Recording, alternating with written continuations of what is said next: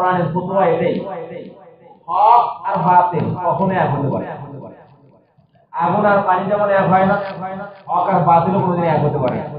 সত্য সত্য, মিথ্যা মিথ্যা। লা তালবিসু হাক্কা বিল বাতিল ওয়া আনতুম তা'লামুনা কিতাবা ফালা তা'কিলুন। আল্লাহ বলেছেন সত্য জিনিস জানার পরে সত্য গ্রহণ করতে হবে ঈমানদারকে, আর মিথ্যা জানার পরে মিথ্যা থেকে বেঁচে থাকতে হবে। এটা মুমিনের সিফাত। আমি একটু মানবতী বলি, মিথ্যা, জালিয়াতি, ধোঁকাবাজ। মিথ্যা, জালিয়াতি, ধোঁকাবাজ এই তিনের নামে তা, যেটা শয়তানের সিফাত। কি আসবে শয়তানের সিফাত আর এটা আত্মের সিফাত কোনো পার্থক্য নেই। মুনাফিকের চরিত্র তিনটা, বুখারীর riwayate তিনটা, মুসলিমের riwayate একটা, বারাইতে চারটা দোয়া।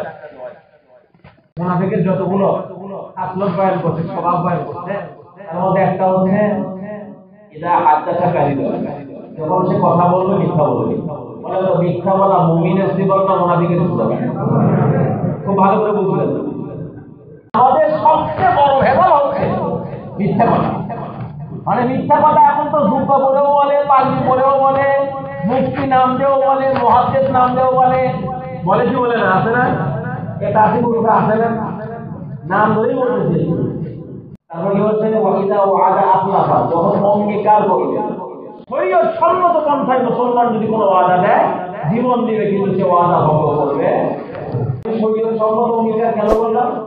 হারাম যদি কোনো ব্যক্তি ওয়াদা করলে ওয়াদা ভাঙিয়ে দেওয়া ওয়াজিব, করা দেওয়া লাগবে, ওই ওয়াদা পূরণ করা ওয়াজিব হবে। 3 নম্বর আমল হলো ওয়াইদা উমিনা খাওয়া। মুনাফিকের 3 নম্বর বৈশিষ্ট্য হচ্ছে যখন আমানত রাখা হবে সে খেয়াল করবে। মুনাফিক 1 নম্বর কথা বলবে, মিথ্যা বলবে। 2 নম্বর ওয়াদা রাখলে ওয়াদা খেলাফ করবে, ওয়াদা ভঙ্গ করবে। 3 নম্বর যদি আমানত রাখেন আমানতের খেয়ানত করবে। আর মুসলিম শরীফে একটা অতিরিক্ত আছে, সেটা হচ্ছে ওয়াইদা খাসামা ফাজারা, যখন ঝগড়াঝাটি শুরু হয়ে যাবে তখন এমন ভালো ভালো ভাষা বলবে যে আপনি লজ্জা শুনে আপনি মুখে হাত রাখবেন। বুঝলেন না? এত ভালো ভালো সাতটার ভাষা, যার মধ্যে 4টা গুণ পাওয়া যাবে, যার মধ্যে মুনাফিকুন খালিসুন, একবারে অরিজিনাল মুনাফিক হবে। আর যদি কোনো ব্যক্তির মধ্যে পরিপূর্ণ সবগুলো না পাওয়া যায়, একটা দুটো পাওয়া যায়, তাহলে মুনাফিকের 2-1টা স্বভাব তার মধ্যে থাকবে। ফলাফল কি হবে জানেন? তাসাব্বাহাবি কওমিন ফাহুয়া মিনহুম। মুনাফিকের সর্দার ছিল কি আপনারা জানেন?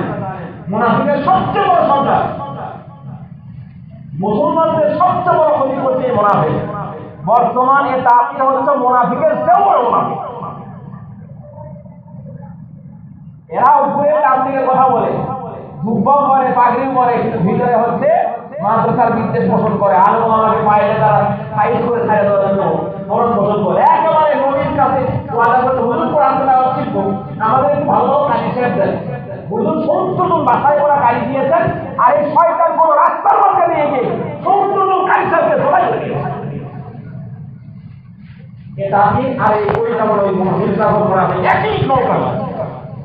শুনে রাখেন, কোরআন শরীফের চূড়ান্ত ওয়াইদা, মান কাতালা মুমিনান মুতাআম্মিদান, যে ব্যক্তি কোনো কালেমা পড়া ব্যক্তিকে হত্যা করবে, যে ব্যক্তি কোনো কালেমা পড়া ব্যক্তিকে হত্যা করবে, ফাজাযাউহু জাহান্নাম, তার ফতোয়া হলো চিরস্থায়ী জাহান্নাম।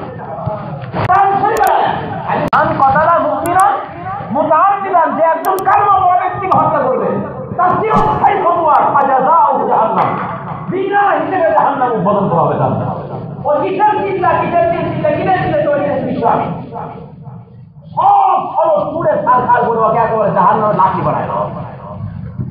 তুমি 18 পয়লা ডিসেম্বরে যারা তাদেরকে আক্রমণ করে মুহাদ্দিস সাইফুল হাদিস তালিম এলেন, তাকে কামনা হলো না, এক করে হাঁটেন না, এদের সাথে কিসের করবে? কোনো কথা বলতে পারে না।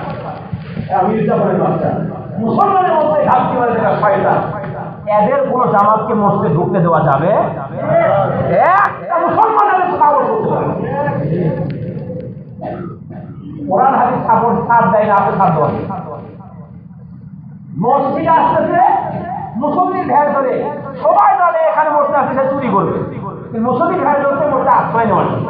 এরা হচ্ছে ইমাম চোরা, ইমাম চোরা। এত অমলিকের নাম দিয়ে মুসলমানদের বরখাস্ত করতেছে, আলেমদের বিরুদ্ধে করতেছে, মাদ্রাসা বিরুদ্ধে করতেছে। কোন তবলিগ ওয়ালা আলেমদের বিরুদ্ধে হতে পারে না, মাদ্রাসা বিরুদ্ধে হতে পারে না। এই জন্য ওদের কোনো বাংলার মধ্যে আইন দেওয়া যাবে